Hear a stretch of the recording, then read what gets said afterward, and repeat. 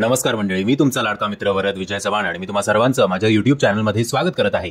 मंडळी, अलिबाबा आणि 40शीतले चोर नावाचा एक नवीन मराठी सिनेमा आज रिलीज झालेला आहे. याच नावाचं एक नाटक सुद्धा आलं होतं. मला समहाऊ टीजर आणि ट्रेलर मी जेव्हा बघत होतो, आय थिंक ट्रेलर रिव्ह्यू मध्ये मी बोललो की कदाचित हा सिनेमा जो आहे तो एका नाटकावर आधारित आहे आणि तसंच झालं. नाटकाचं नाव सुद्धा आय थिंक अलिबाबा आणि 40शीतले चोर असंच होतं आणि त्याचं प्रमोशन करायला आनंद इंगळे सर आणि श्रुती मराठे हे स्वतः आय थिंक चला हवाई उद्यामध्ये आले सुद्धा होते, जेव्हा हवाई उद्या नुकतंच सुरू झालं होतं तेव्हा. सो 7-8 किंवा 10 वर्ष जुने नाटक असेल. नाटकावर आधारित हा सिनेमा आहे.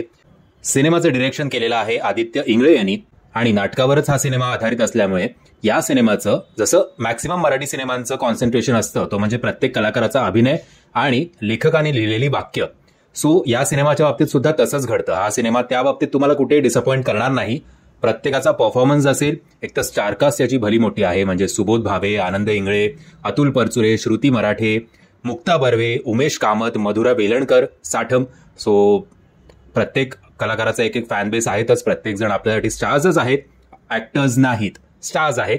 सो त्या बाबतीत या सिनेमाला फुल मार्क्स देण्यात येईल. बट आत्ताच्या प्रॉब्लेम आपल्या मराठी सिनेमाचा तोच होतोय की 2024 साली जो एक सिनेमॅटिक व्हिज्युअल एक्सपिरियन्स मिळायला हवा तो कुठेतरी कमी पडतो.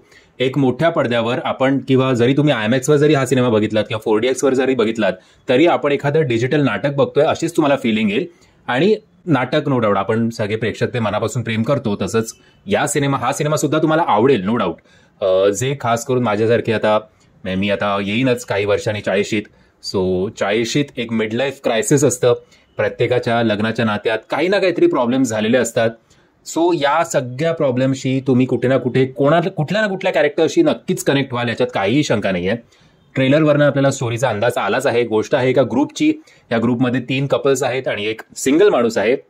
आता काय कांड होतो या ग्रुपमध्ये आणि मग हे जे काही गोलमाल आहे हा नक्की कोणी केलाय याच्यावर अख्खा हा सिनेमा आधारित आहे. पुन्हा एकदा अशा टाईपचे सिनेमे बघण्यापेक्षा मला नाटक बघायला आवडेल. आता अनफॉर्च्युनेटली मी हे नाटक तेव्हा जेव्हा आलो होतं तेव्हा बघितलं नव्हतं, सो मला हे बोलण्याचा अधिकार नाहीये की मला नाटक बघायला आवडेल. अनफॉर्च्युनेटली मी सिनेमाच बघतोय. बट काहीतरी एक जेव्हा तुम्ही नाटकावरनं सिनेमा बनवता तेव्हा जर त्याच्यात काहीतरी चेंजेस व्हायला पाहिजेत. गाणी तरी चांगली झाली पाहिजेत. गाण्यांच्या बाबतीत मी जरा डिसअपॉइंट झालोय. या सिनेमाला जर कोणतरी वर नेतंय तर ते म्हणजे प्रत्येक कलाकार आणि सगळी जी काही वाक्य असतील. आता ते असं पण आपण म्हणू शकतो की वाक्य असं जरुरी नाही की लेखकानेच लिहिलेले असतील.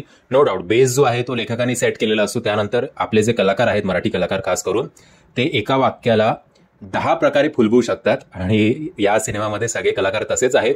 सो हा सिनेमा नक्कीच तुम्हाला वन टाइम वॉच तर आहे आणि फॅमिली एंटरटेनर पण आहे.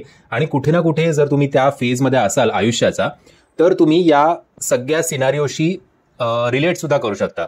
मग ते आपापसातली किंवा स्वतःच्या जवळच्या मित्राबरोबरची जेलसी असेल, एक्स्ट्रा मॅरिटल अफेअर्स असतील, कुठेतरी मनात राहिलेल्या अपूर्ण इच्छा असतील, या सगळ्या तुम्ही मोठ्या पडद्यावर बघाल. सो एन्जॉय कराल थोडक्यात हा सिनेमा, असंच मी म्हणेन.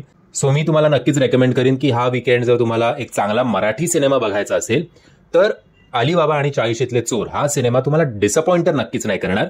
बाकी ओव्हरऑल तुम्ही किती इम्प्रेस व्हाल माहिती नाही, बट एन्जॉय नक्कीच कराल एवढं मात्र निश्चित.